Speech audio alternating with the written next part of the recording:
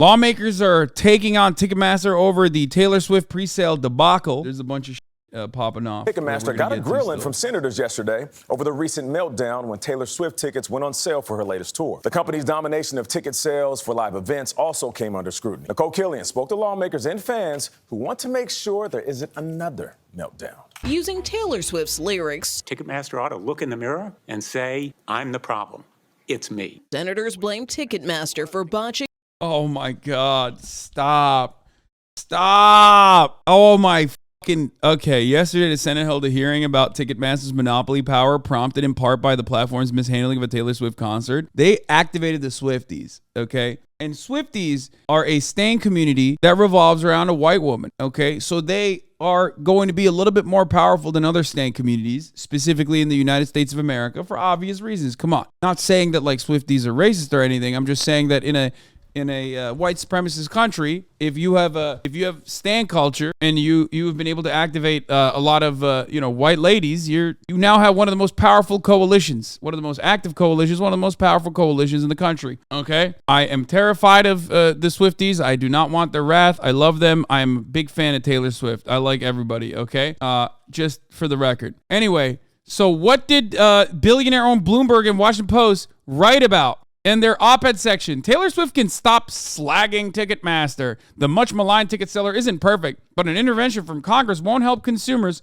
or stars like Swift. Washington Post also posted the same Bloomberg article. Taylor Swift can stop slagging Ticketmaster. I fucking love this country. Oh my God. They are so transparent. The media's role is to simply protect capital, okay? It is not to attack capital, but it is rather to protect capital. They're like, oh, come on. This monopoly, it should exist. It's actually good. Please. Here, More Perfect Union also obviously has a great 10-minute video on the process. We'll talk about the lawmakers, and then we'll get to the. Actually, you know what? Let's start with this first. Springsteen fans were outraged to find that ticket prices for his current tour was high as $5,000. Springsteen's fans have never felt cheated until now. $5,000 a piece. $5,000. Would you really? This is Springsteen fans. That's why Fox News is covering this. Springsteen fans are, apolitical. They're older. Pay $5,000 to go see your favorite band? No. I can't do that. That's a bit much. We can thank a predatory new business practice for that. It was introduced by Ticketmaster, and they call it dynamic pricing. It's an experimental technique, and it's pissed off everyone, from fans to venues to performers themselves, including the boss.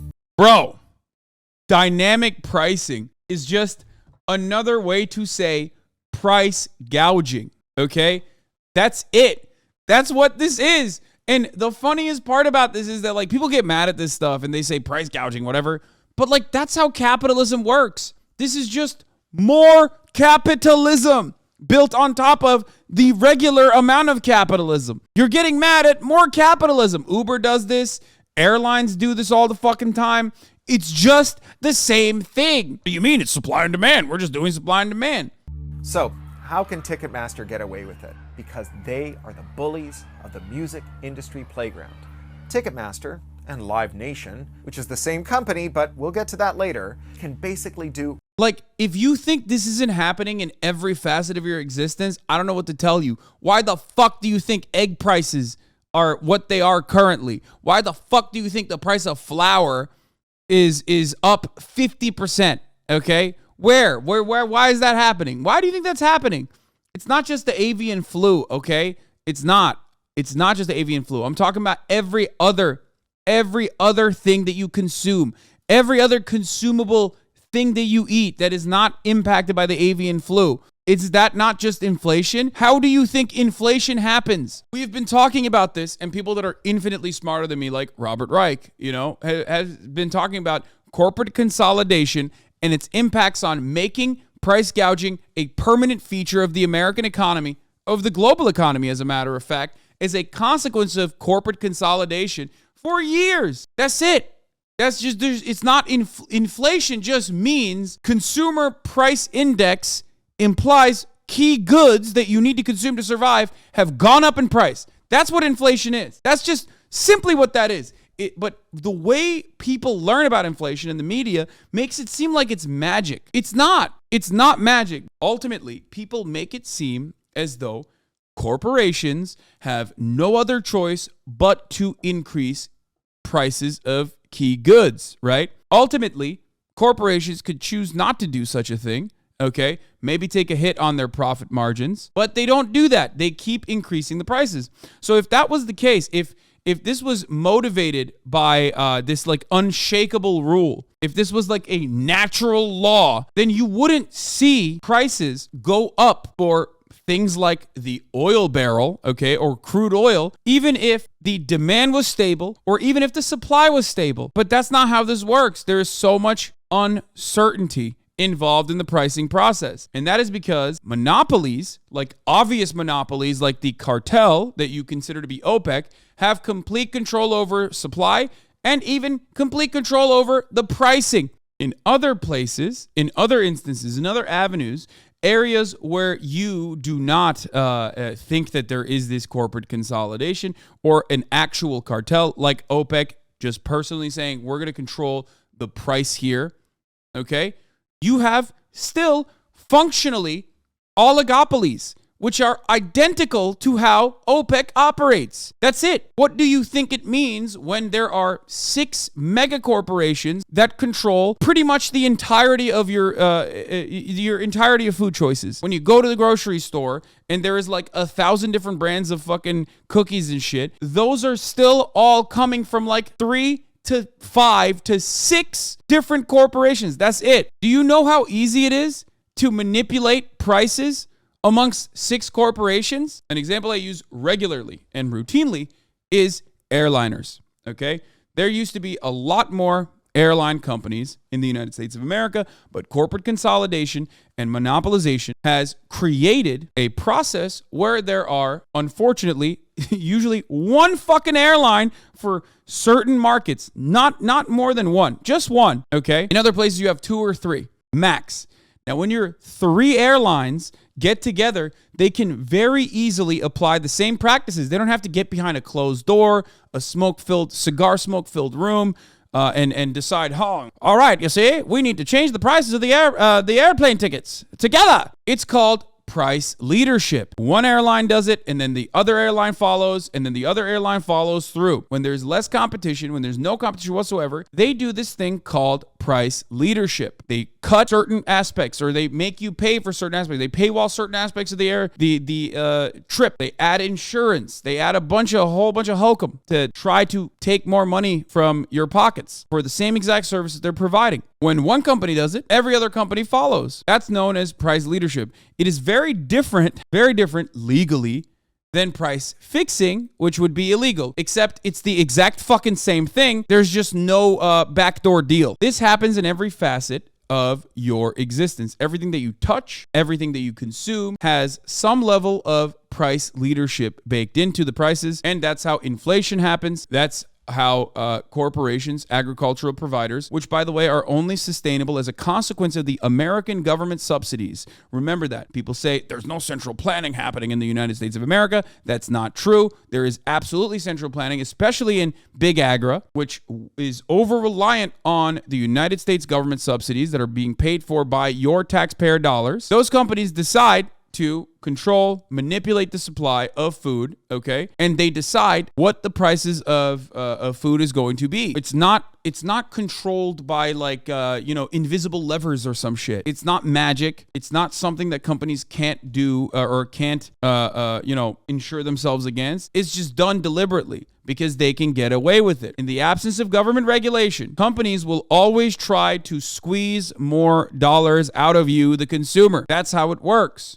Here. Are owned by the same 5 companies. Junior Turtle, thank you for the 5 gifted. Smallest to largest. Number 5 is Kellogg's Group that controls 30% of global cereal market and owns brands like Pringles and Pop-Tarts. Finally, it's the first company to advertise on Times Square and the first cereal to go to space. All of these iconic brands are actually owned by one company, Mondelez International, that was incorporated just in 2012. The third company owns all of these products and is actually one of the world's largest family-owned corporations. So the Mars family still owns 100% of Mars stock.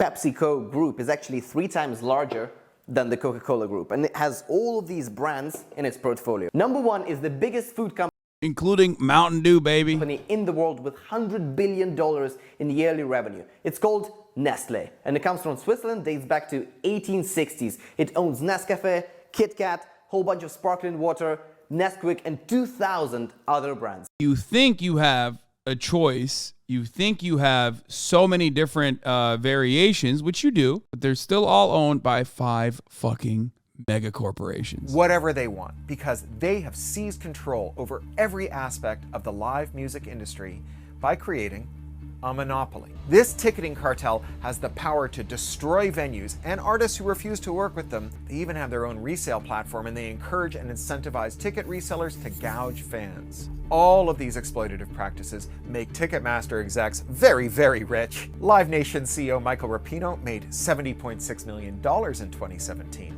That's one of the largest CEO pay packages ever. But here's the twist. This entire monopoly was helped along and enabled by our elected leaders. So how do we get to a point where the people in charge of preventing monopolies are enabling monopolies?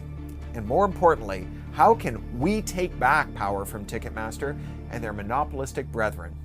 I'm going to have to give you a brief history lesson on antitrust law. That's the government's toolbox for fighting monopolies. I wrote a whole book about it. It's called Choke Point Capitalism, and I wrote it with my friend Rebecca Giblin. Now, the glory years of antitrust were right after FDR's New Deal. The government saw that monopolies weakened worker power, and so they set to breaking up these giant corporations. Back then, monopolies were viewed as a threat to the very idea of democratic citizenship. Then in the 1970s, a conservative legal scholar named Robert Bork and his pals at the University of Chicago's School of Economics started spreading a very different view of antitrust. They said, forget about all that high-minded crap about democracy and citizenship. Instead, anti-monopoly regulators should limit themselves to thinking about consumer welfare.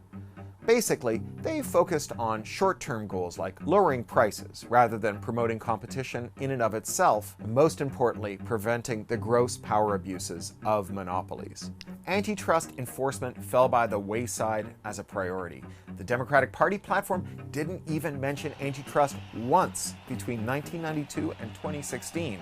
This is what allowed for the growth of monopolies in every industry: meatpacking, tech, banking, finance, eyeglasses, cheerleading, beer, and in 2010, the music industry. For 15 years prior to their merger, Ticketmaster was the dominant provider of ticketing services in America, controlling 80% of the market. Live Nation was the largest concert promoter in America. They controlled America's biggest concert venues and the artists themselves. They managed 200 major artists from Miley to Willie. And Live Nation was Ticketmaster's #1 customer. Live Nation used Ticketmaster to sell tickets for venues and artists that Live Nation managed. But in 2007, Live Nation thought, hey, maybe we should build our own ticketing platform. Ticketmaster did not like that. And so just 2 years later, Live Nation and Ticketmaster announced a merger, which sounds like a clear antitrust problem. Isn't someone supposed to be on top of that? No, because in the United States of America, antitrust only kicks in, which it rarely ever does, really, if it becomes a problem for the consumers, consumer pricing, as they mentioned already. We have a very unique approach to monopolization of key sectors in this goddamn country. It's not about like what percentage of the commerce is being led by what number of companies, but instead about how it impacts customers. That's why Amazon can maintain its monopoly on e-commerce. At the time, the Obama DOJ's top antitrust cop was Christine Varney, who... Of course, the reason why I say it doesn't even kick in with consumer pricing protections is because that's why we're here. This is the problem. It's not. Of course it's not. Because the government does not work at the behest of the citizens and regulate corporations. The government works at the behest of corporations. So, of course, when companies monopolize and they are desperately trying to find new ways of generating profit and increase profits, as profit rates have a tendency to decline, okay? Or no matter what happens, they are going to slowly but surely keep increasing prices. They're going to keep increasing prices over and over again. And at a certain point, it's going to get to a situation where consumers are impacted by this. Consumers do recognize it. But then you say, that's just inflation, dude. That's just inflation. We have a way to deal with it. It's just considered to be authoritarian, too authoritarian. It's considered to be unimaginably un-American. So here's where we're at with lawmakers and their take on Ticketmaster over Taylor Swift's pre-sale debacle. A pre-sale rollout last year for the pop star's upcoming tour. The way your company handled the ticket sales for Ms. Swift was a debacle. The president of Live Nation Entertainment, which operates Ticketmaster, told the Senate Judiciary Committee the concert promoter anticipated high demand, but computerized bots attacked their system. The attack requires us to slow down and even pause our sales. This is what led to a terrible consumer experience, which we deeply regret. As a ode to Taylor Swift, I will say we know all too well. Senator Amy Klobuchar led Wednesday's hearing and said the issue goes beyond the ticket fiasco. Unfortunately, with Ticketmaster, because they're a monopoly, for most concerts, there is just one choice. Do you think these companies, Ticketmaster and Live Nation, need to be broken? This is literally every aspect of your life. Oligopolies, okay, exist in nearly every facet of your existence. Everything that you consume, everything that you touch is being created by like 3 to 4 companies, max. That's it. So next time you wonder why things are so costly, why the price of living is going up over and over again, recognize that the government has refused to interfere when its job is quite literally to intervene. That is definitely something that should be on the table. Other senators suggested capping ticket prices or providing consumers with greater transparency on extra fees. Come on, guys. Jen Landry traveled all the way from Houston to protest outside of the hearing after waiting 10 hours. Look at this bullshit. And paying almost $800 for Swift's show. It was bittersweet. I have not celebrated getting tickets yet because... This is why it's a big stink that the government is now maintaining, or the government is now talking about, by the way. This is the average Taylor Swift fan. Very powerful voter, okay? Important constituency, white women. You understand? That's huge. White women vote for both the Republican Party. White women vote for the Democratic Party, okay? They're very, very important. There are so many fans that didn't get them. If we got white women to consume, like to recognize this, dude, okay? If we got white women to recognize this shit, dude, we would break every fucking monopoly in this goddamn country. We would have like global communism instituted.